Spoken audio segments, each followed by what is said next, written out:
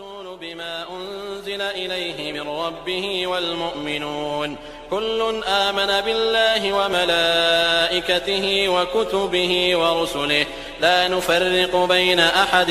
من رسله وقالوا سمعنا وأطعنا غفرانك ربنا وإليك المصير. لا يكلف الله نفسا إلا وسعها لها ما كسبت وعليها ما اكتسبت ربنا لا تؤاخذنا إن نسينا أو أخطأنا ربنا ولا تحمل علينا إصرا كما حملته على الذين من قبلنا ربنا ولا تحملنا ما لا طاقة لنا به واعف عنا واغفر لنا وارحمنا أنت مولانا فانصرنا على القوم الكافرين.